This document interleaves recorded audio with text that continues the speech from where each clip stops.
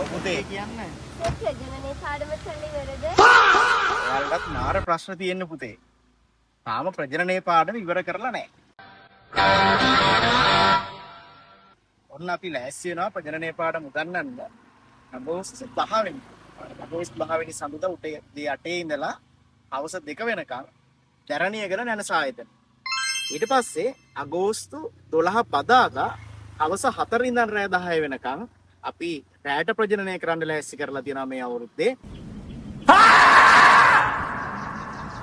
අවිස්සාවෙල සිසිප්වන් ආයතනෙ.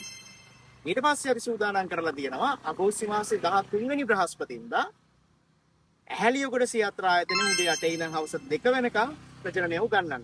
ඒ වගේම තමයි අපි අගෝස්තු 14 වෙනි සිකුරාදා උදේ 8 ඉඳන් 2 වෙනකම් රුවන්වැල්ල නැනස ආයතනයේ ප්‍රජනනය පාඩම උගන්වනවා.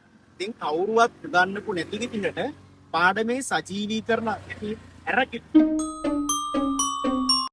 ප්‍රජනනය කරන්නේ කොහොමද, මොනවද ලිංගික ලක්ෂණ, මේ හැමදේම ඉගෙන ගන්න හැම 10 ශ්‍රේණියේ දරුවෙකුටම කැමති නම් 11 වසරේ දරුවෙකුටත් එන්න කියලා අපි ආරාධනා කරනවා. ඔයා එන්න බලාන නම් ඉන්නේ ඔන්න ඔය තිරේ 20 වෙනි අංකයට ඔයාගේ නමයි, ශ්‍රේණියයි, පාසලයි WhatsApp කරා.